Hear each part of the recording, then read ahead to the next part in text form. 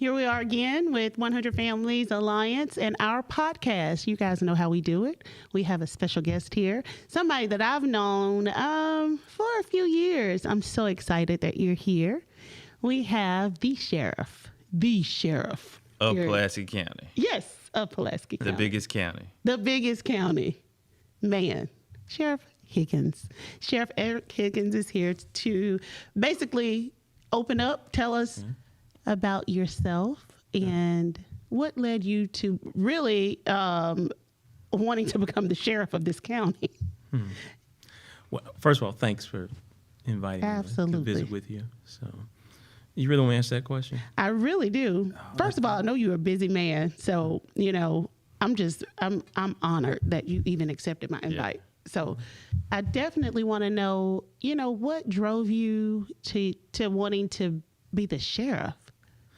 It's a whole process, that you go through things. It was not something that I've ever thought about doing. I'll tell you, years ago, when my older brother asked me something about, ever think about running for sheriff or anything. He lived in Florida, and I told him no. I'm not into the politics or anything like that. I'm at the Little Rock Police Department. My career is there, and I'll continue that.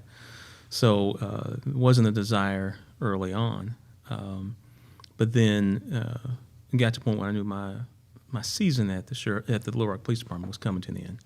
I'd been assistant chief for 10 years, and I knew a couple years before that my time was ending there, and I could just feel it. I talked to my wife about retirement, and of course it took a couple of years to convince her that it was okay for me to retire. I like how he runs everything by his wife. Hey, you have to. Especially the finances. Yeah. That's why I've been married 30 years. So we exactly. Yeah. Exactly. So it took a little while, and then I retired, and I think my wife was tired of me. I was doing the thing. You're retired. Take my kid to school. My youngest daughter to school. And drop her off, and then swing by Home Depot or go by Walmart, pushing the basket down the aisles, just picking up stuff, stuff I don't need, just seeing stuff and picking it up, and my wife was like, you need to find something to do. You're spending too much money. And then Paul Stevens called me, talked to Paul Stevens, Paul Chapman. Of course, I knew them. I knew about Hidden Creek and had gone and visited there when I was at the police department, just seeing what was going on there. And they called me and said, "Hey, come see what we're doing at Arkansas Baptist." And I had worked with Dr. Hill, speaking to the students there and just trying to build a partnership between the police department and Arkansas Baptist College. So I go by there, see what's going on, and I go into a classroom, and they're doing the classes, the Exodus project, and they have classes with men and women from the Department of Community Corrections. So we're in a classroom maybe 5 minutes, and then we have lunch on campus, and I asked them, so what can I do to help? And Paul Stevens says, well, you can teach a class. And I said, well, I don't mind teaching a class. And I was currently I was teaching some classes with Arkansas Baptist College. And when I retired, my thoughts were I was just going to focus on teaching, doing those things. I wasn't going to be in law enforcement anymore. So he asked me about that. And I said, I don't mind teaching the class. I'm just not too sure how I'll be received as a former police officer. Right. And he said, well, let's just try it out and see what you think. Inmates coming from? These were detainees. They were in Department of Community Corrections. Okay. So they were incarcerated, and they would transport these detainees to Arkansas Baptist College. Monday through Friday, they would go through the classes there. Oh. So I agreed and said, let's try it out. So I started teaching the classes, and I enjoyed it. It was great. So I was teaching a class called Getting Ahead While Getting Out, and was doing that. It's 3 hours a day, 2 days a week. And so, got to training, started teaching the class, and about, I guess 2 or 3 weeks into it, Paul says, hey, we got another block coming on. They bring on a new class, every month. They had like 3 classes going on. And they said, well, can you teach Getting Ahead and Getting Out with the next group? I'm like, well, I'm not doing anything. I'm enjoying it. I'll go ahead and do that. So I was teaching or facilitating the class, 4 days a week, 3 hours a day. Getting up like I was going to work every day. That's a lot. So, And this is volunteer. Yeah. You were volunteering. Yeah, volunteering. Yeah. But I enjoyed it because it was about treating people like human beings, treating people like you want to be treated, and trying to help the students understand that even if you have a felony record, that doesn't define who you are. Right. It may impact some of the things you can do in life, but it doesn't define you. And we have to get past that, and we have to really look at ourselves and see what we want to accomplish and understand that it's bigger than you. It's bigger than me and what we're trying to accomplish. So I really enjoyed that. And I was doing that, I guess, about 3 years. And Judge Humphrey comes to me. Actually, I have a meeting with Judge Humphrey and Sergeant Willie Davis and Little Rock School District. Because I was involved with the OK program, and Willie Davis was running the chapter here in Little Rock. And so after that meeting, a judge asked me about running for sheriff, and I told him no. And the truth of it is, they approached Sergeant Davis about running for sheriff. Really? And Sergeant Davis told them, you need to talk to Higgins. And so grudgingly, they asked me. Yeah, right. And I initially told them no, that I wasn't interested in getting back into law enforcement, that I was done. I was enjoying what I was doing. All I wanted to do was teach. Wasn't interested in law enforcement. And, Judge called me back and said, hey, I really want you to think about this, and will you meet with me and Donnell Meadows? Would you meet with us and talk to us about it? And so finally I gave in and met with him and talked to him about it. And, of course, I shared it with my wife. When it first said something to me, I shared it with my wife and said, Smart man. Oh, yeah. And shared it with my kids initially. And the kids laughed. My daughters laughed. I said, Sheriff Higgins, that sounds so stupid, so corny. But we talked about it. And then we seriously talked about it. And finally, Karen said to me, and we prayed about it.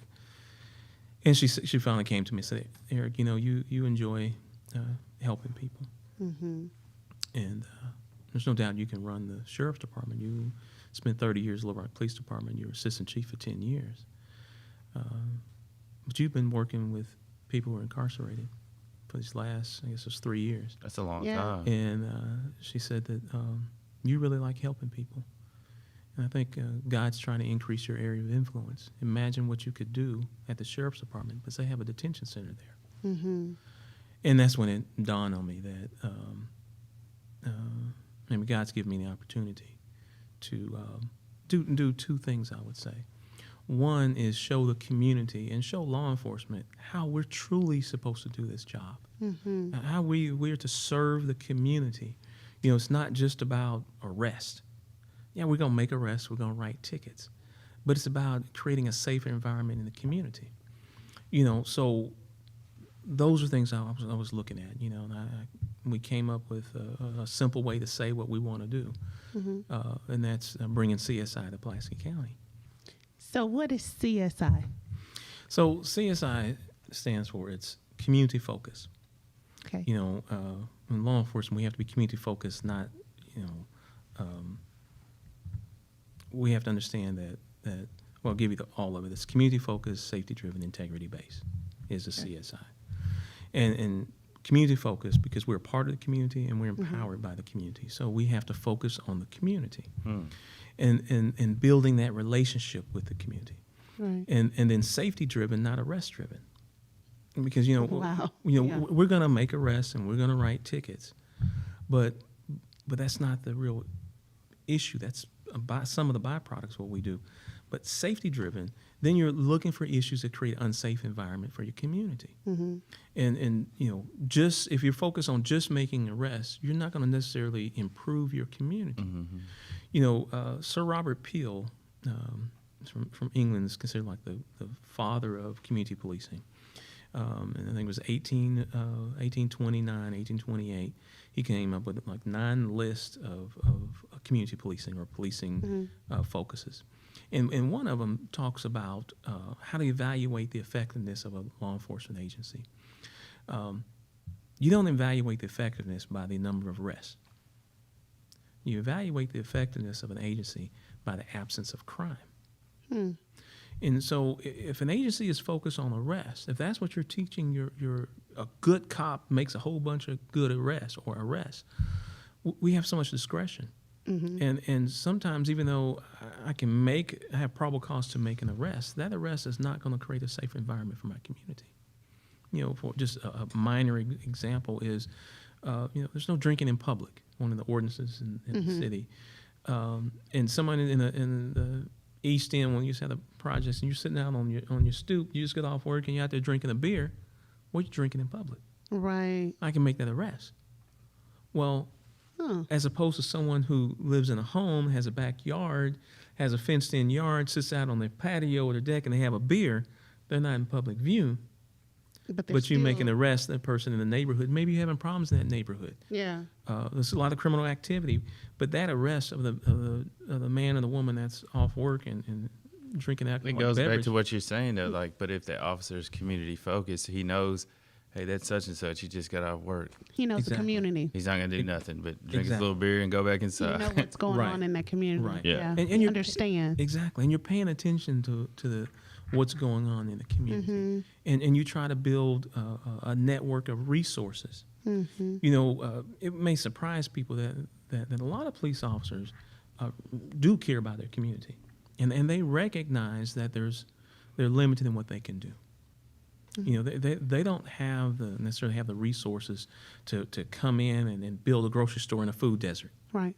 Or to respond to a call and the family's having an argument about money, and they're struggling, and they're getting loud, and the police have been called, and they notice that there's limited furniture in the house. They've got kids, and probably the kids are sleeping on the floor. Not the resources to buy the beds and do that in the community.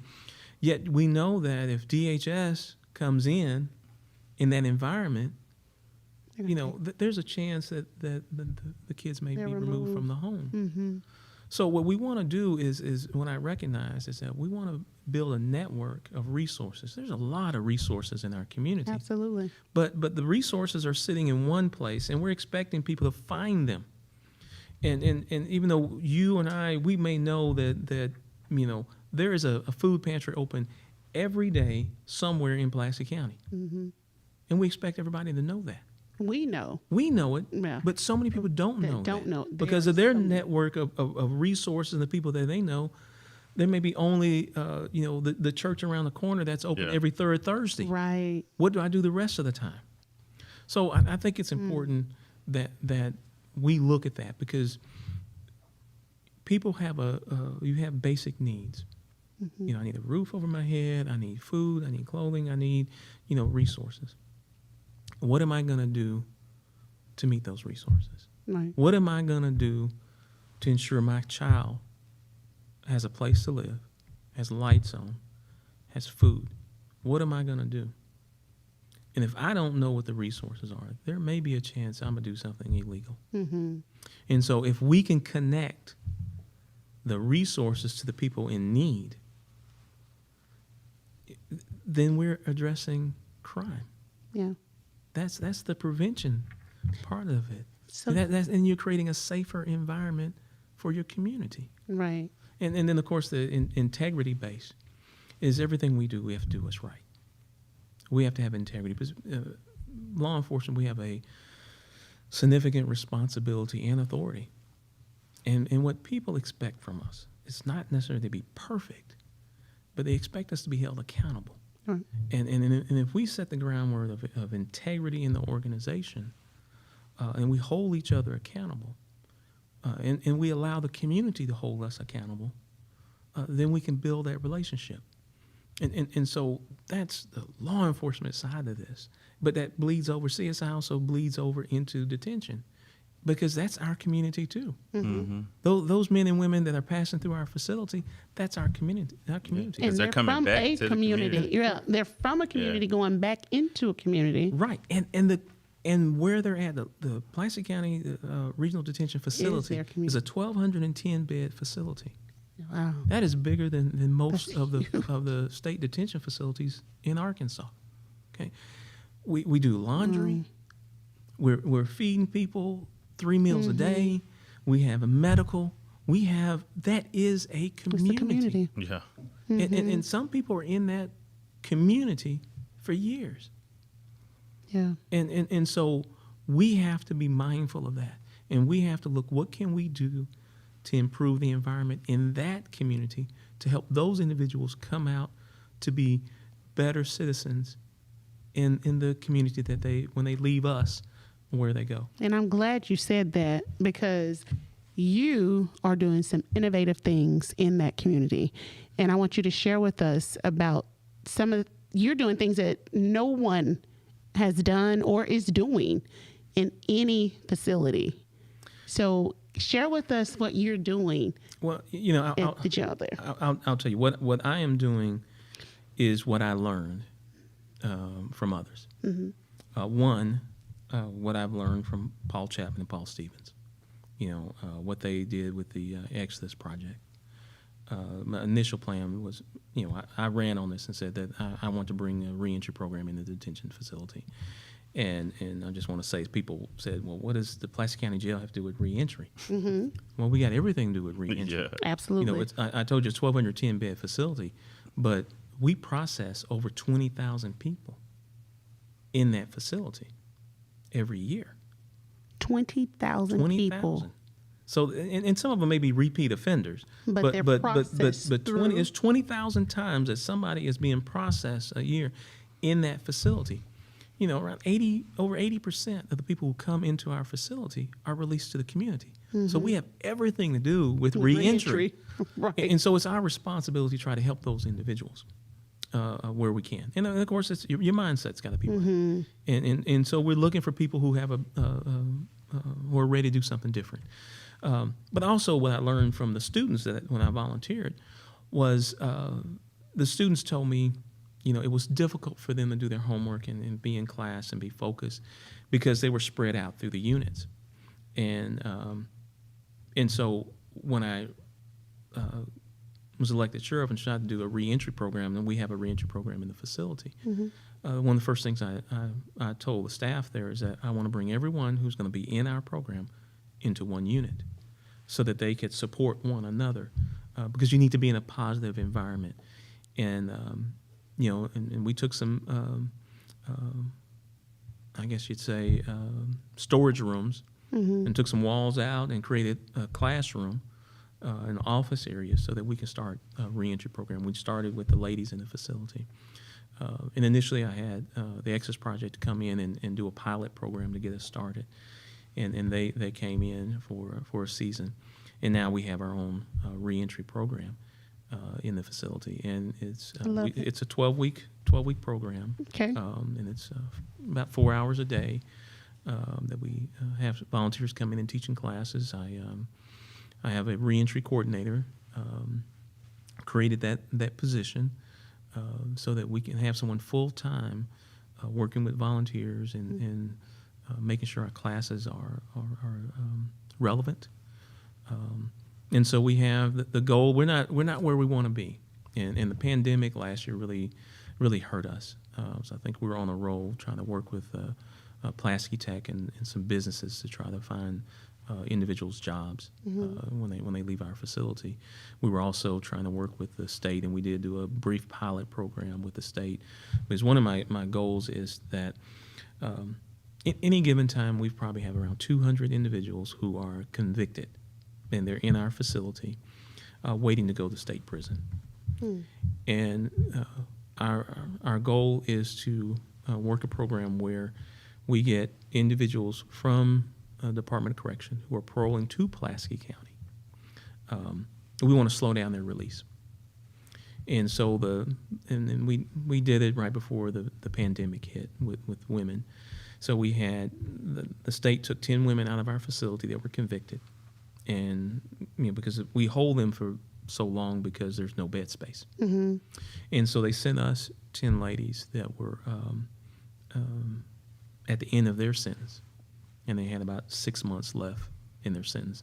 So allow them to come to us, slow down their release, so they can go through our program before they're released to the community. Right. So we're hoping to get that officially back online. There's been some changes in the Department of Corrections leadership and all that, and restructuring. So we'll have to, after the pandemic, we'll have to work on getting that done. But we do the classes. We have a unit, and Russell helped out a whole lot when he was there until y'all stole him from me. Yeah. But yes, I feel kind of bad We'll about talk that. about that on the next podcast. All right, we'll talk about that later. But I think Russell had a lot to do with really helping to form that community of men, Right. and help them take ownership. So it's like the other day when I was talking to the unit, went into the unit to speak to them. You had men who are mentors who graduated from the CSI Academy, Reentry Academy. So we had them, and then we had the men who are currently in the CSI Academy, and then we had men who had been selected to go to the academy. They'll next month will go into the new academy.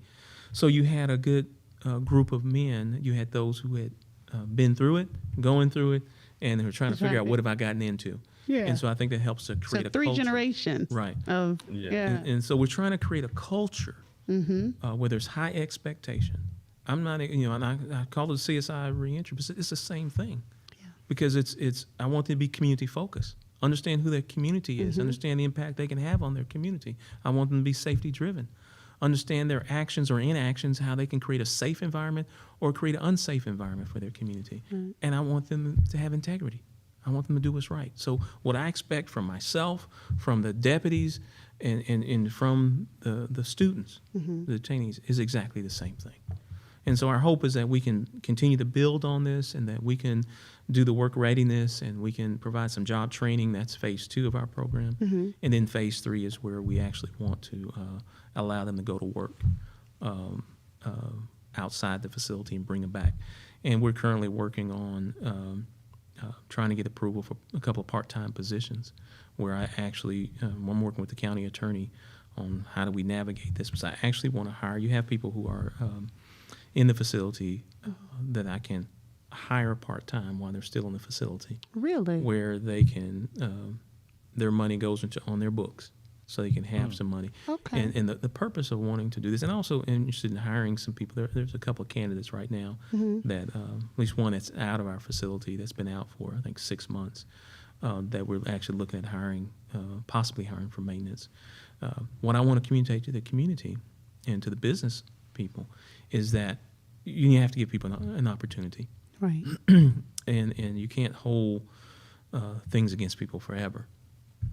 But these individuals have to take responsibility too. And understand about going to work and being on time and their responsibility. So we're looking at hiring some people while they're in the facility, part-time, to give them that training. We're also making some changes with our trustee program.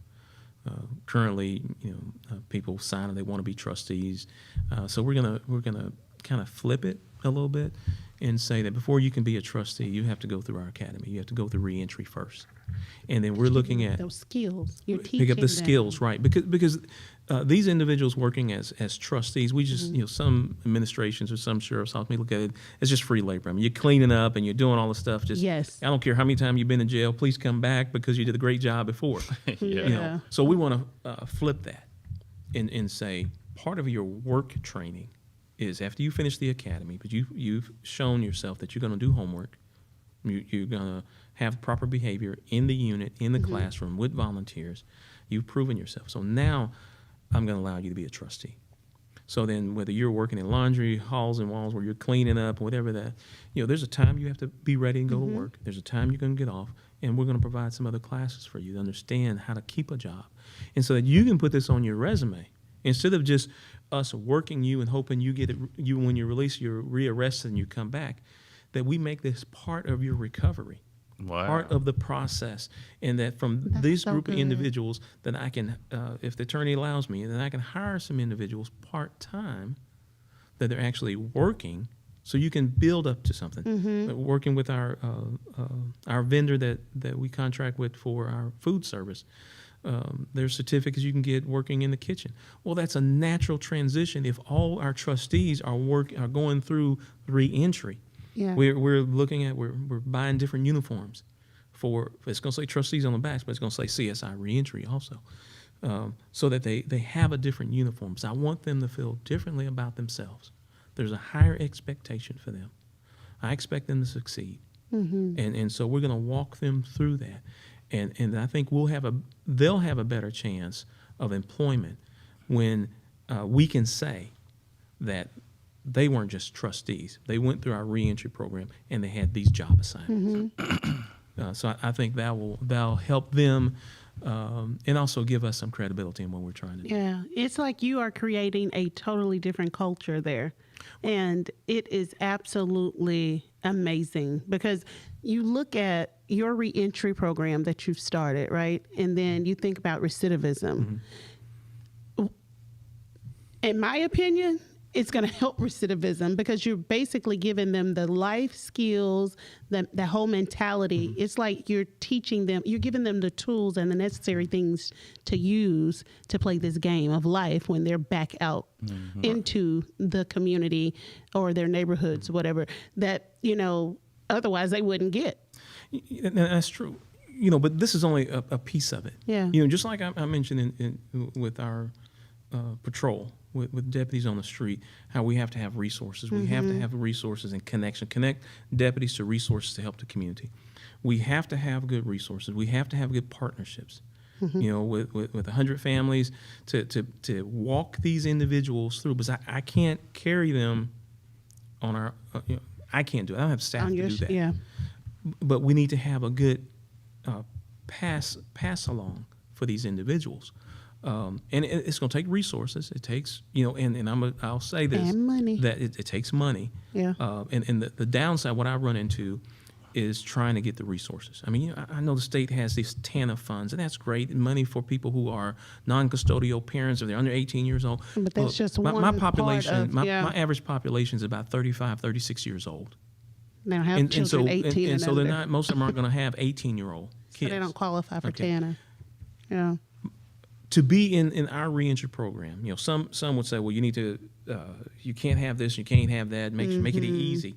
What I'm looking for is a change of heart. Someone finally saying, look, I'm tired of going to jail. Yeah. I want to do something different. I've been dealing with this addiction for years, or I've been dealing with whatever issues. Their behavior is a byproduct of something else. So we want to deal with that. We want to help those who say, I need some help. And they're going to struggle, and not everybody's going to succeed, and not everybody that we put in our class stays in the class. Because if they don't meet our criteria, our expectations, we will remove them. So how do you pick them? How do you know? Because, of course, you only have room for so many. Yeah. So how do you choose who's going to be a part of that class? So what we go, and I don't make the selection. Our reentry team makes a selection. Okay. So we put information out, and we have kiosks in the facility. So we have information on the kiosks. So if someone's interested in the reentry program, they can fill out, say, I'd like to get some information about the reentry.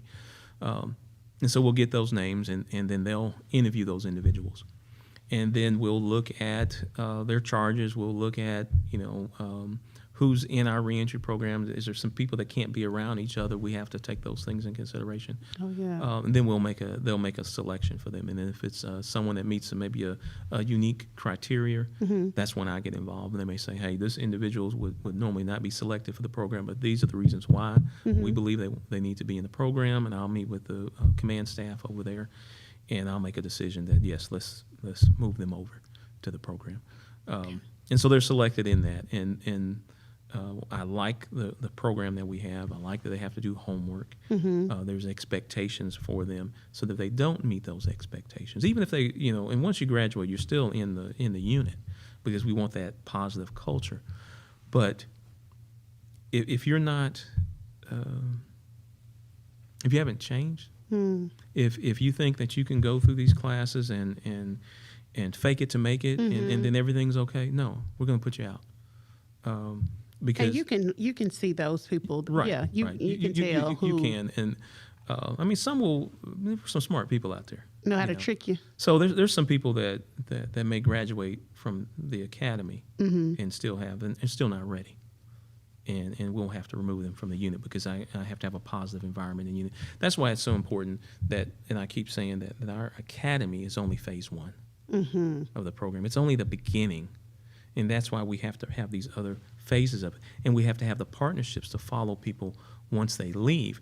The way I see the ideal program is that I have a case manager in the facility. Because we have to recognize what's a good caseload for an individual in the facility. Because you're going to manage these people, give them counseling while they're in the facility for the hope of them being released. But then at some point, there's got to be a month of time where there's a pass-off going from the original case manager to a new case manager that's going to manage them when they get out. Once Yes. released. So yeah. once released. And then you've Right. got to have a pass-off after probably 6 months. There's got to be a pass-off to another case manager. Because at each step of the way, there's daily contact, then there's weekly contact, Yeah. and then there's maybe monthly contact. And if you just build that, not planning ahead, you're going to overwhelm your case managers, and they're Yep. not going to be able to keep in contact and provide the service that you need. And I think you'll see that with programs that seem very effective in the beginning, but once their caseload increases, they're not as effective. Yeah. And people think, well, what's happened? Your plan is an error. It was a fluke in the beginning, but that's not the case. You overburden your That caseworkers, person, yeah. and so you have to, from the beginning, identify how many. If I'm a case manager and I'm dealing with my clients daily, reasonably, how many can I deal handle? with? Yeah. A max. And, Yeah. and then you that's how many case managers need to have, because you got to look at the flow of people into your program. Right. So it's important that we have good partnerships, that organizations care about these individuals. They're not looking for repeat customers. They're looking to restore people to the community, so that those individuals, and a lot of the individuals that come out, when you meet with them and it clicks with them, so many of them want to help somebody else. Yeah. And so you got to help them understand how to take care of yourself, but understand how to do that and not overburden them when they give back. Right. They just need to speak a little bit. Don't put too much on them. So how does that look to you? What would be ideal as far as, so would that be like a full-time case manager, 3 full-time case managers per one person that's going, or detainee that's coming out? Absolutely. How does that look? Yeah. I think you have to look at the number of people that's going to come out, because our goal is to eventually work with the courts, and they're recognizing some of the things we're doing. And we've had a judge that has allowed a couple of individuals the condition for their release, being released from our facility, was to go through our reentry program, our academy. Okay. So we're hoping to eventually get to the point of diversion or modifying sentences.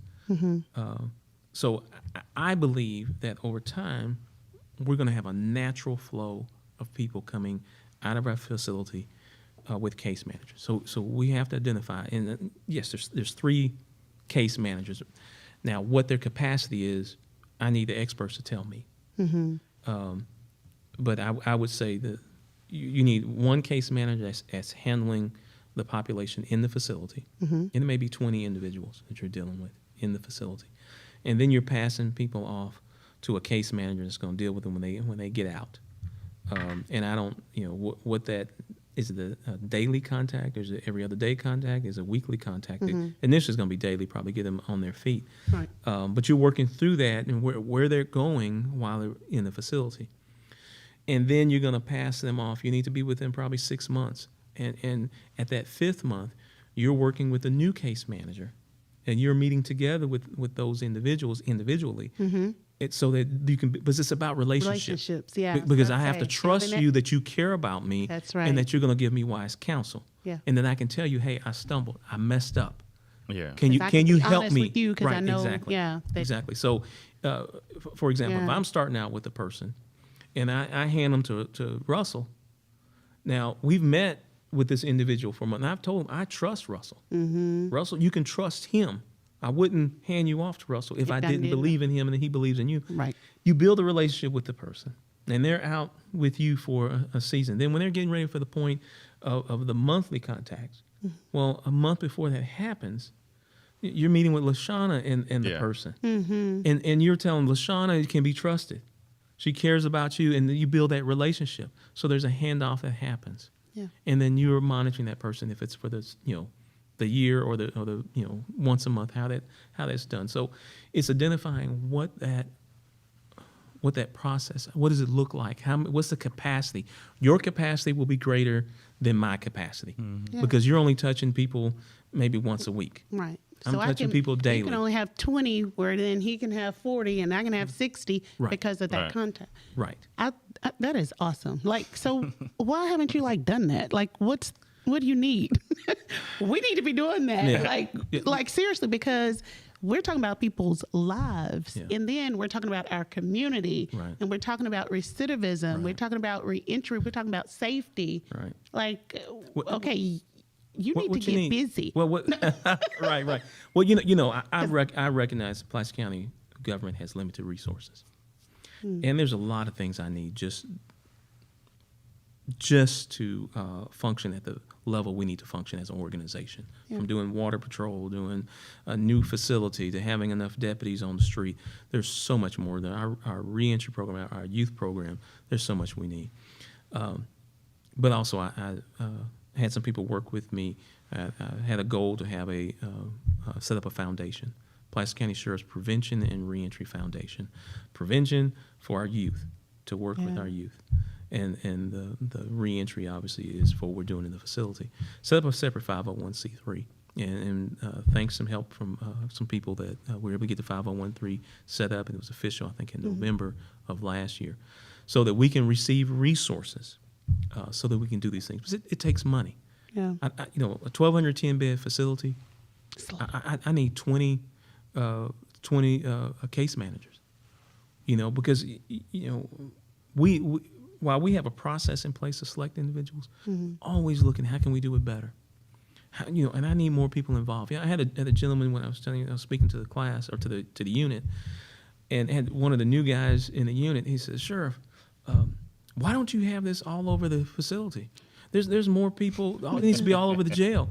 Everybody needs to have an opportunity to be involved in something like this." And I told him, it's my goal. We want to set a culture here at the Pulaski County Sheriff's Department where the detainees understand what they've gotten into when they come to our facility. That when someone is arrested, that comes into our facility, that's booked into our facility, they may have the wrong attitude, that they'll understand from other detainees, hey, it's not like this that is here. Pulaski County Detention You Facility. got to do homework. Right. This is different These here. are your expectations. Right. You just can't lay up here in this county. Right. And when I look at talking about recidivism, I had them go back to 2012 and do it at 3-year intervals. So there's some overlap. So looking at 2012. When someone gets out in 3 years. 2013, that individual in the facility went at 3 years from that point. And we've looked at it. The best, since 2012, the best year of recidivism is about 78%. Really? So I know if I can, with the resources, with the partnership, we reduce recidivism in the Pulaski County Detention Facility, we will automatically reduce recidivism in the state facility, and we'll create a safer environment in our community. We know that. We know that if I have someone in my facility who is their real issue is drug addiction, and they're doing burglaries because of their addiction. Yeah. A person doing burglaries, law enforcement probably hate to say this, but they're doing 10 or 15 burglaries before we catch them. That's just the reality of it. So 10 burglaries represents about 30 victims in our community, because you have the individuals in the house.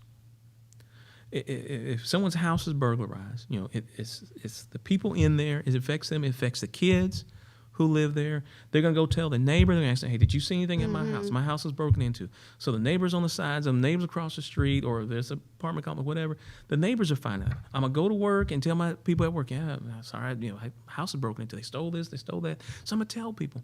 So approximately 30 individuals are going to be impacted by By that that one. burglary.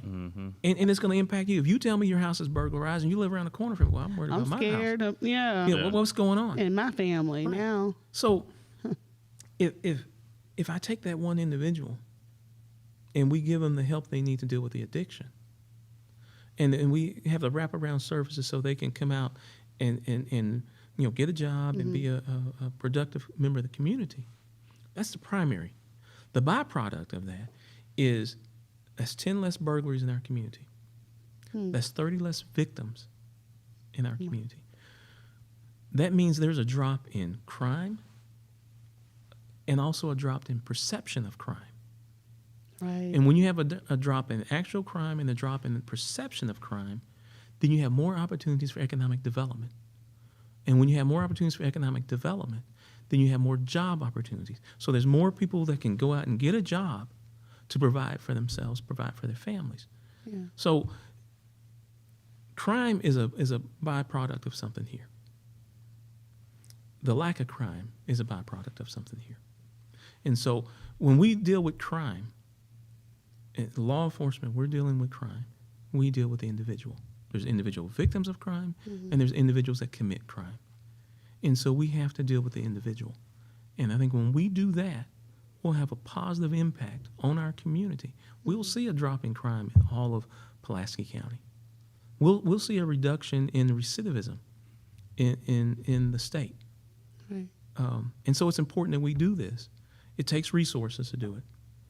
There's we want to bridge the two, the youth and the adult, the reentry and our mentoring program. And there's a plan for families. We want to do something for families. We want to bridge that gap with the families. We have to deal with families when somebody's going to the penitentiary or going to jail. We need to help the family process that. When they're coming out, we need to help the family process that. How do we handle this person coming back? And we have to help the person coming back understand that, maybe you've burned some bridges. And just because you've changed, you got to understand that they need time. Just like you needed time to change your focus and your behavior, they need time to accept the change that you profess to have. So it's a whole program that we have to work as a team together. I've got some good people at the Sheriff's Department that have bought in to what I'm trying to do. And I need more. I need more people, need more staff, need more resources. But I truly believe that we can have a significant impact on our community. We can make our community safer, through the reentry, also through the way we do, they would say community policing, but a CSI approach to our community. I love it. I'm so glad Karen told you to go back to work. That's probably what it was. She really I don't care where you go, but you need to get up off the couch and go to work. But you followed your heart, and then you're doing what you love, and you're trying to help the community. And I hope the Alliance, y'all hear him. We need resources. We have to put into action this whole plan that you have, because it's a no-brainer. How would is there any way somebody can help the sheriff's office with these resources? If somebody wanted to donate? If they wanted to donate, they can send a check you can mail it to the Sheriff's Department, 2900 South Woodrow, but in the name of the Pulaski County Sheriff Prevention and Reentry Foundation. Pulaski County Sheriff Prevention and Reentry Foundation. That way the money goes to the foundation, and we've got a board, and they handle the resources. And we're going to put that information out. I think we can do that, right, Randy? Production, can we do that? What about we need if that. a church has something, if a church is listening, they got a whole bunch of toothpaste, toothbrushes or something, or clothes, could they donate? So that? We can take donations. We'll just have to coordinate it. Okay. We have to. There's some things we can't take. Okay. It's like, I'll just say like hand sanitizer. Oh yeah. There's something that has alcohol in it, or mouthwash, things like that we can't take. Right. So, but if they want to donate, that they can. They can. So most importantly, though, if you had staff to operate this plan, what is it? Because that's huge. I think the plan's already operating. No, but staffing is what. Yeah, staffing is holding back the process of it, right? Yeah, staffing is a problem, and I'll tell you the way I see this going, if the Lord's willing. I need more space. You know, I know Space. as we reduce recidivism, I'll naturally end up with more space. I can take another unit and make it a reentry unit. You know, the 3 units we have in our W wing could end up being all reentry units. But I need more classroom space. I need, if I had the resources to build onto our facility, so that we can have more classroom space, more office space, so that we can handle more classes. I mean, because right now, I don't have the capacity. I think I have the numbers, and I may have the volunteers to do 3 classes at a time, Right. at the same time, but I just don't have the have the space space. to do it. So, and the detention center is a 30-year-old building. You know, when they built this building, they passed a tax to build it in, I think it was built in 94, opened in 95. But they didn't provide any continual tax revenue to maintain the facility. And just like we had to spend, in the process of spending $1.9 million to replace the locks in the facility. We're looking at another $1.8 million. And I'm thankful for the Quorum Court allocating the resources to do these things. They should have been done years ago. Right. To replace the control system in the facility. When you build a building, you know, people think, well, it's only 30 years old. Well, it's 90 years old, because this building is operated 24 hours a day, Yeah. The wear 7 and days a tear, week. The, Yeah. Right. Yeah, You know, the whole roof needs to be replaced. Wow. There's things need to be done.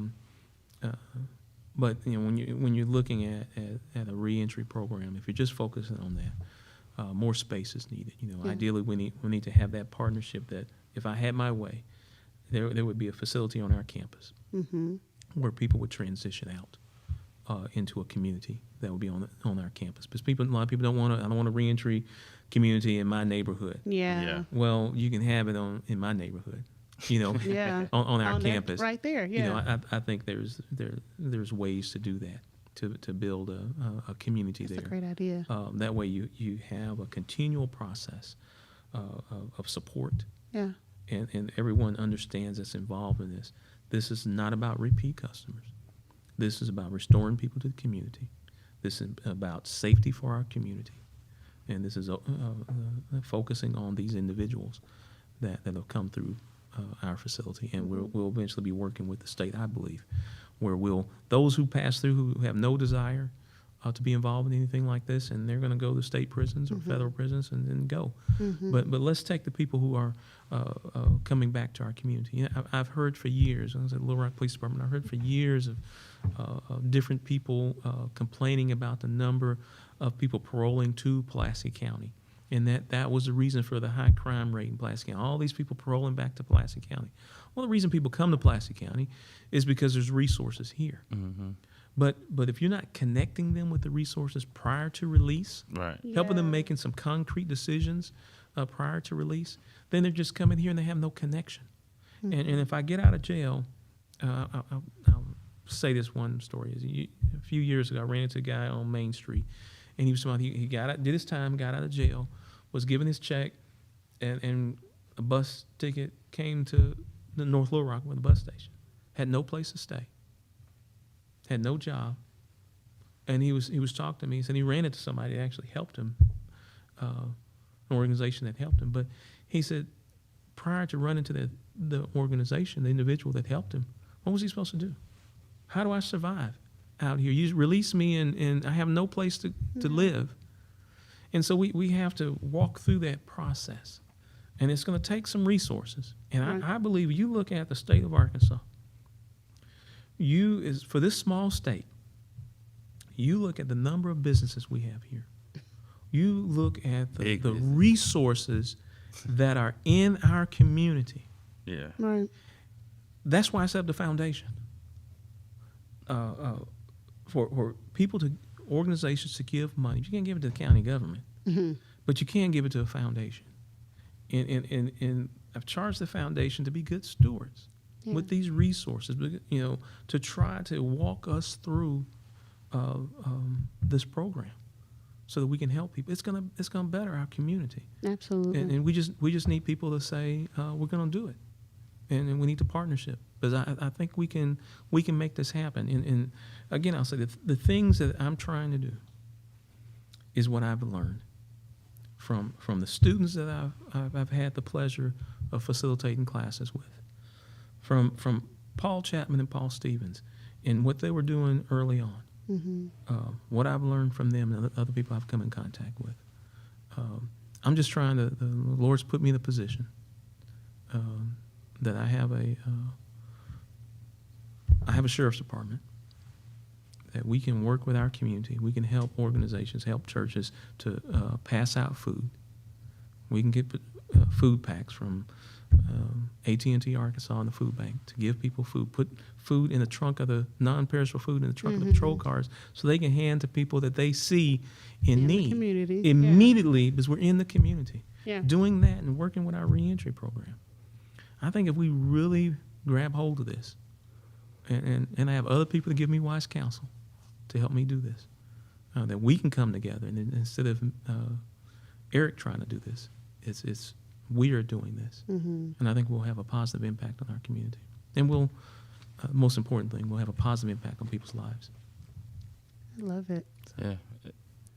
Yeah, this is good stuff. I love your heart. You have a servant heart. And I think that you have to have that to be in the position that you're in.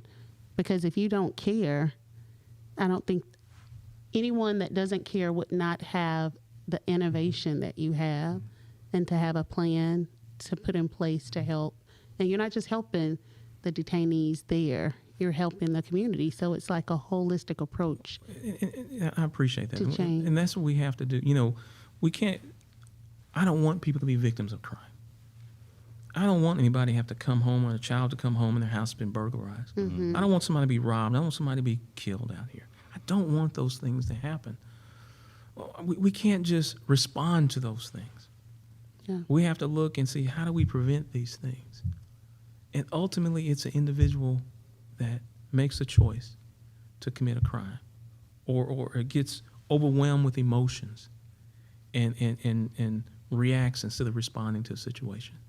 And so we're dealing with individuals. I don't want us to have victims of crime out here. I want us to take care of the people who are victims of crime. But we also have to try to stop it from happening and work on the preventive side. And so we have to do both. Yeah. So we'll get there. I got you guys' help. I like the Yes, fact. absolutely. Yeah. And we just really thank you. Like, did you want to say something? We're wrapping it up. I just like the fact that you realize that you're going to need help and you're not just trying to do it all on your own. That's right. You know, That's right. It means a lot. I can't You have my do this. help. Well, I appreciate You it. have my help. You know, I'll call you in a minute. So yeah, you can call me. Be like, and you have heard it from the sheriff himself. And you can hold me to it. This That's is right. recorded, That's so right. you know. Okay. Hey. But yeah, I need a copy of this. I'm going to play it back for We'll you. get it to you. We thank you so much. Sure thing. Thank you for Yeah, your thank time. you. Thank you for sharing with us your heart. And the Alliance appreciates it. I know you guys do. So thank you for tuning in. Sheriff, thank you for being here. Sure. And we Thank will you. see you all again next week. We're out.